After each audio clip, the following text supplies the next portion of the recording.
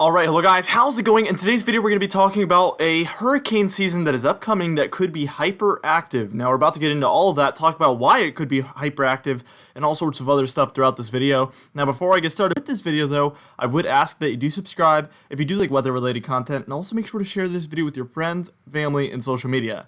Now, since yesterday's comment of the day went so well, I'm going to ask the same question again, so hopefully I can get more stories that I didn't hear yesterday. But what is your most unusual weather story you have? Let me know in the comments down below, and I'll be picking one of those for tomorrow's video. Alright, now, let's get into this video, and we're taking a look, first things first, at our sea surface temperatures around the globe, and this is one of the most important things when it comes to a hurricane season. Most seasons, actually, this is the most important thing, but particularly during the hurricane season, because the ENSO, which is our El Nino or La Nina region, is a really key factor in how many hurricanes we're going to see. Now, I want to draw your attention down there to the middle of the Pacific there. You will see a blue area that extends off of South America and actually goes into the middle of the Pacific, just about south of Hawaii, I would say. That's our La Nina that we've seen develop over the past few months, and it's actually kind of weakened a bit. I'm going to talk a little bit about that, but it's heading back towards more negative temperatures, which is going to intensify the La Nina, but at this point, this one is being very tricky to actually predict, so we're going to have to really watch this one closely to see if it'll actually become a strong La Nina, or if it'll kind of trend more towards just staying near a neutral ENSO. Now, another place I want to draw your attention to is the Atlantic Ocean. You can see there's an overwhelmingly orange, or I guess red, region that is pretty much taking up most of the Atlantic, or most of the areas at least where our hurricanes would be tracking. And this is what we call our main development region, and really when you see this with warmer temperatures, that's just going to only help these hurricanes to develop, and it's looking like they're going to have an easy time developing in the Atlantic this year. Alright, now we're about to move on, and we're going to take a look at the 7-day change on these maps, just see how things have recently changed, and then we're going to get into some graphs that are going to give us a better look at what's going on.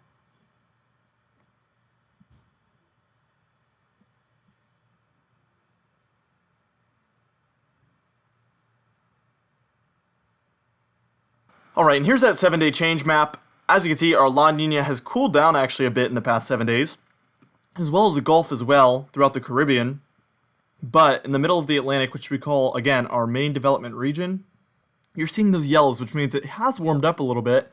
Our graphs will be able to confirm this. I think the graphs are going to be the easiest way to show you guys what's going on. So we're about to move on to that. Here's your your Nino 3.4 index, which is basically how we measure where we're at as far as a La Nina or an El Nino. And again, look, at May 25th and a little bit after May 25th, we had a diving ENSO. It was just kept cooling, and that's the last point I showed you guys. And then it warmed up for maybe a week or two, and now we're back cooling down again. So it did have a overwhelmingly warming period, I guess, in between June 1st and 8th here. So the very beginning of June, it has warmed up quite a bit. But it's back cooling down once more. As you guys saw on the maps, it is cooler than normal, so we're not really looking at anything too concerning as far as a warming in the ENSO region.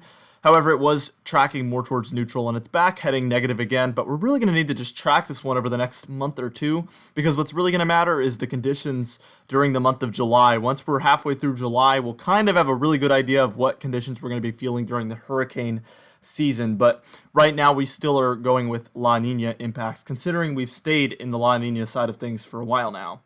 So we're about to move on, and we're going to look at some more graphs, including the main development region, and then the Gulf of Mexico, and then we're going to get into some of our forecast maps as far as wind shear, development, and our new updated overall forecast, and then we're going to just update you guys on our amount of storms forecast, and then we'll go ahead and get into the comment of the day.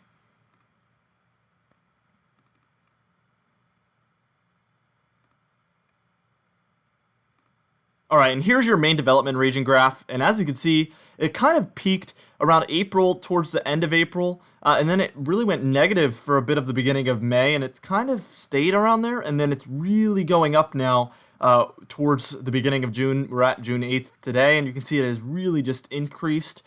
And the higher this number is, the more hurricanes are going to have, I guess, fuel in the Atlantic to be able to develop as they're moving off of Africa and across the Atlantic. That's a very important phase in a hurricane season, especially if you're looking at a hyperactive season, because most of our storms are going to come off of Africa. So if they can develop very early, we are going to see, what we consider a hyperactive season, which is just numerous storms, just well above average. Hyperactive, I mean, it basically speaks for itself. I don't really have to explain to you what that means. let's go ahead and move towards the Gulf of Mexico. And this is an area that was very warm, actually. I think the warmest area in the entire Atlantic as we were in March, April, and even the beginning of May. But now it's moved towards about neutral. So it was about 2 degrees above average again, and now it's moved towards neutral. So what went from an area where we thought we would have a ton of development, now it's going to look at about average development at this point. There will be less shear, so it will still probably have above average development.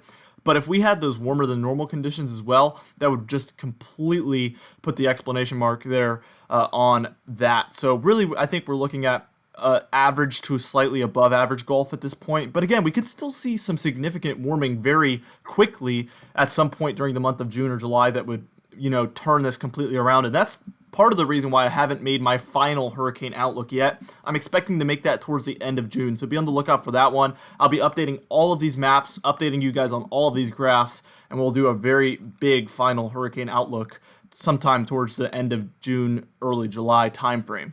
All right, now we're about to move on. We're going to go ahead and take a look at some of those handmade maps here from Direct Weather, our wind shear map, our development map, and then our overall map as well. And then again, we're going to show you guys our amount of storms forecast that we released, I think, a couple weeks ago. And then we're going to get into that comment of the day.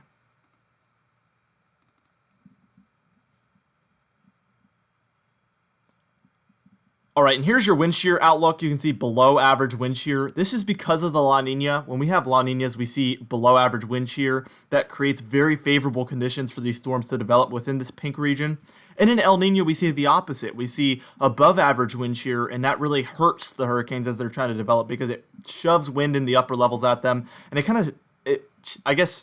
shears the top off of the storms. So really, we see these storms just get eaten up by the shear when we have El Ninos, but in La Nina, they have very favorable and very safe conditions to develop, and that's why we see usually our hyperactive seasons are in La Ninas. All right, now let's go ahead and take a look at the development forecast. And for all of these regions, we have slightly above average development, like the Gulf, the East Coast, the Caribbean, because again, we don't have those above average sea surface temperatures like we thought we would in the Gulf, as well as the East Coast. It's kind of just a wild card. But here in our main development region, we do have pretty significantly above average development chances with the lack of shear and the above average sea surface temperatures. This spells a hyperactive season, especially in our main development region. And when they develop in the main development region, they basically either go into the Caribbean and die out, they go into the Gulf, or they go up the East Coast, or they head out to sea offshore of the East Coast. That's basically the only options, and it would really increase the chances for some sort of U.S. landfalling impact in the Atlantic Ocean. All right, now here's that overall forecast. This is the only one that's updated at this point. I made this one today. We have extremely favorable conditions there for the main development region, indicated by that green region. We have warm waters for the Caribbean and some areas offshore of Central America. We have cooler waters down there for the Gulf of Mexico, as you guys saw before. And then the East Coast is going to be a wild card because if there's not a high pressure system in place near Bermuda, we're not really going to see storms track up the East Coast. That would be if a high pressure system was located over U.S. land. That would really encourage them to go into the Gulf. We see that a lot, and we also see sometimes that Bermuda high that brings them up the East Coast, and that's when we see East Coast impacts. That's the type of thing that we can't really forecast anywhere beyond like 2 weeks out, so it's really pointless for me to try to predict what we're going to see as far as high pressure system setups. That's going to be something that we're going to need to worry about later on for sure. Now, what we're going to do is we're about to move on to that named storm and hurricane and major hurricanes number forecast. And then again, we're going to get into our comment of the day.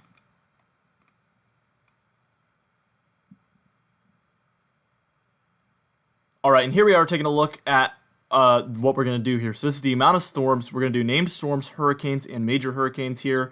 And this is an average season. We have 12 named storms on an average season, 6 hurricanes in an average season, and 2 major hurricanes in an average season. But this season, we're predicting 14 to 20 named storms, which is above average, well above average actually. And we're predicting 7 to 11 hurricanes, which again is also well above average. Because again, the average is about 6 hurricanes, so we're predicting at least one more than the average amount. And then we're predicting 4 to 7 major hurricanes. If we had anything above 4, that would be a very hyperactive season. If we get the higher end of what I'm predicting here, it would be considered a hyperactive hurricane season. And that's not what you want to see, because that would really increase the chances of a lot of impactful U.S. landfalls or even other countries, or Bahamas, Cuba, areas like that, that it would just be completely devastating to see major hurricane impact those regions. All right, now for today's comment of the day, I asked you guys the same question as I asked today. What are some unusual weather stories? And C. Grills, I'm not going to name the whole thing, but basically, when he was very young, he was with his dad, and they watched 5 tornadoes tear through a town in Mississippi.